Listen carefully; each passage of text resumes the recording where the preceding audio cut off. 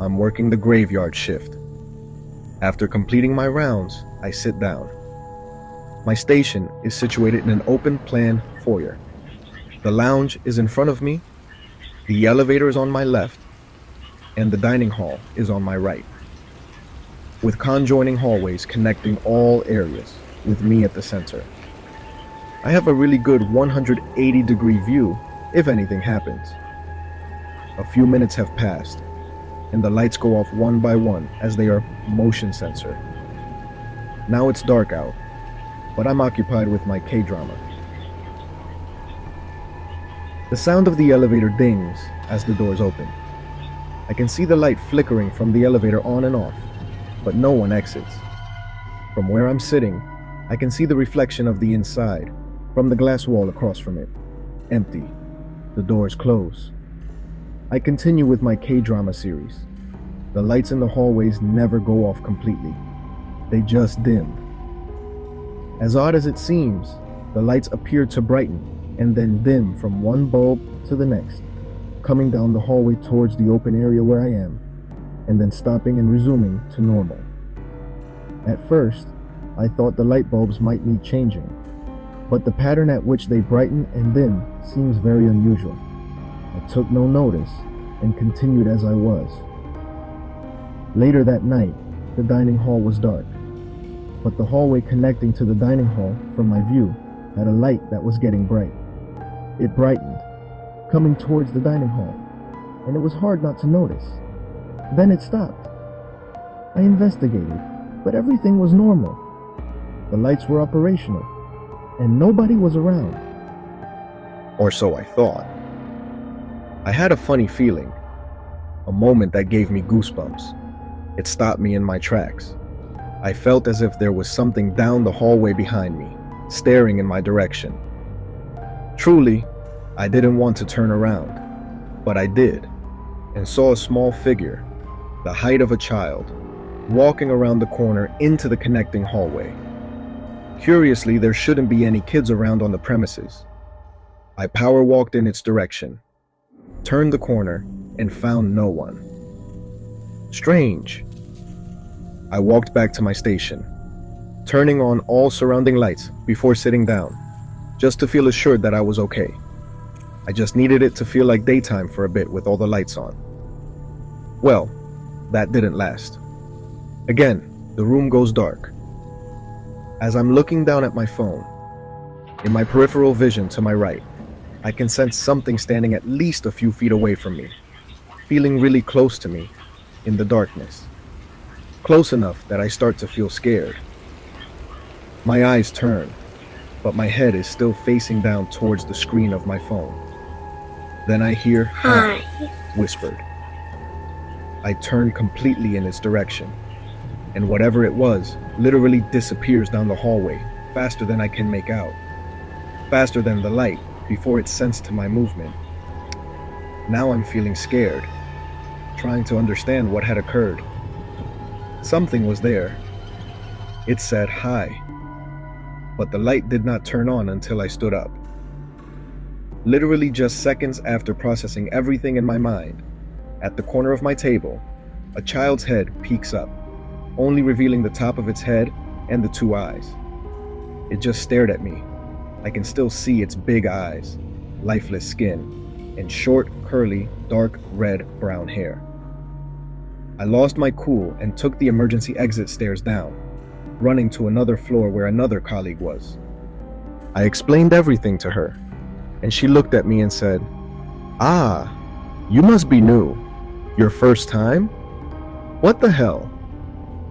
I won't go into details of what happened after that, but my colleagues explained that paranormal phenomena happen on these premises all the time, and it always happens with newcomers, between 11 p.m. and 3 a.m., like it was a normal thing, as if it were living never again.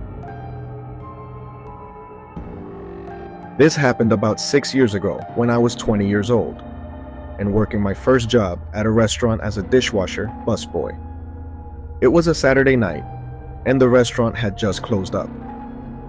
On the weekends, another co-worker and I would stay after closing to clean the restrooms, kitchen, dining area, etc. My coworker was in the kitchen, cleaning up the dishes. Instead of helping him, I decided to get a head start on cleaning the dining area. I put up all the chairs and began to sweep. While sweeping, I was listening to my music, moving the tables, and sweeping the rugs as I always did. However, I started to feel uneasy, as if someone was watching me. I tried to ignore the feeling and keep working, but it persisted, making me increasingly uncomfortable. At the end of the hall, there were 2 tables across from each other. One table was next to the window facing the boulevard, and the other was near the restrooms, designated as Table 28. When I got a clear view of Table 28, things started to get really creepy. Out of the corner of my eye, I saw a figure, like a man peeking at me. Whenever I turned to look directly at the table, the figure seemed to quickly hide back into the booth. At this point, I was scared out of my mind. I began to sweat and felt a sense of dread that I can't even describe, but I decided to tough it out and continue cleaning. I guess the spirit, or whatever it was, didn't like that I chose to ignore it, despite being terrified. It decided to really make its presence known. Each table had a service button that customers could push to get the attention of the waitstaff. As I was getting closer to the table, I heard the familiar sound of the service bell. I immediately ran to the cashier station, where you could see which table was requesting service on a small screen above the host stand. Sure enough, it was the table 28. I decided to let my coworker know what was going on. He was still in the back, cleaning up the kitchen with both headphones on. He saw me come in and asked if I had finished. I told him what had happened, but he didn't believe me at first. He even laughed at me. Then I told him to be quiet, and he did. We both heard the service bell going off again. We went to see which table it was, and once again, it was a table 28. This time, his face changed from amusement to fear as he realized I was telling the truth. My coworker decided that we should leave and tell the owner and manager what had happened. I agreed, and we left the restaurant that night. The owner laughed and said it was fine. We ended up finishing the cleaning the next morning before we opened. Before this experience, the owner would always joke about whether we had been visited by the ghost yet. I thought he was just messing with us, but it turns out that before the restaurant was built, the property had been a retirement home where several elderly people had passed away. Apparently, the spirits of the elderly would often pay visits. After that night, things went back to normal, but it remains the scariest experience of my life. I still get chills when I share the story.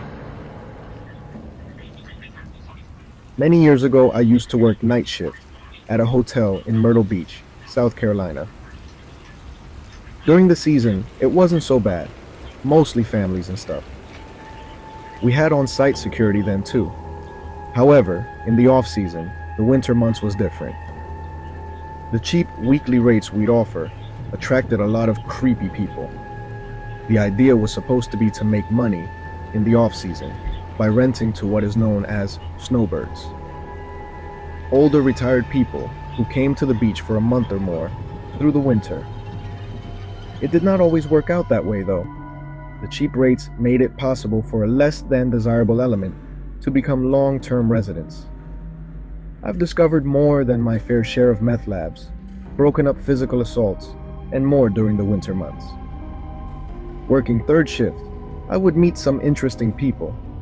The cold weather would mean some homeless people would come in and get warm and grab a cup of free coffee. I wasn't supposed to let them, but it's not in me to be cruel. I would let them grab a coffee and get warm for a minute, as long as they didn't cause trouble. As you can see, night shift in the winter made for some crazy and sometimes creepy stories.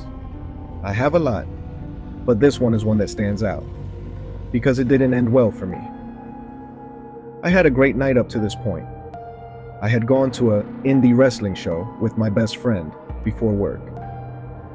In fact, I had agreed to come in an hour early the next night, for the young lady that worked second shift in exchange for her working an hour late for me on this night, so I could enjoy the wrestling show. Ironically enough, I met Terry Funk that night, a wrestling legend known for his hardcore and bloody matches. Little did I know I was about to experience this kind of violence for real. I was supposed to be there at midnight due to her working over an hour for me. I normally came in at 11 p.m. I counted the register, and she briefed me on her shift as to what had happened as per usual. As she was leaving, my friend, we will call him Andrew, pulled up. He worked second shift maintenance at this hotel, and the other 2 hotels our company owned. He would regularly stop by after work and go grab us some food, and we would play World of Warcraft on our laptops after eating for a while since business was so slow. He was just getting my money and order for food and getting ready to leave. I was excited telling him about how much fun I had at the wrestling show and was showing him my Terry Funk t-shirt I was so proud of. I was just walking into the back office to put the shirt up when I heard the doorbell indicating a customer had entered. It is true what they say, ask not for whom the bell tolls, it tolls for thee. I had turned around when I heard someone say something loudly, but I still couldn't make out what they had said. I had just reached the door when I saw Andrew just fall down in front of me. The next thing I know, a guy walks around the corner and punches me in the head with a short steel pipe in his hand. It staggered me, and I went to one knee. The next thing I know, he hits me in the head with the pipe. The next thing I know, I hear the other guy, who I hadn't noticed to this moment, say he got away and got a cop. They left out the door. I was finally able to get to my feet. I tried to call the police from the phone in the back office, but it was having issues. I slammed it in frustration. I was hurting and scared. I was really freaking out. I realized that they could come back, so I locked the door.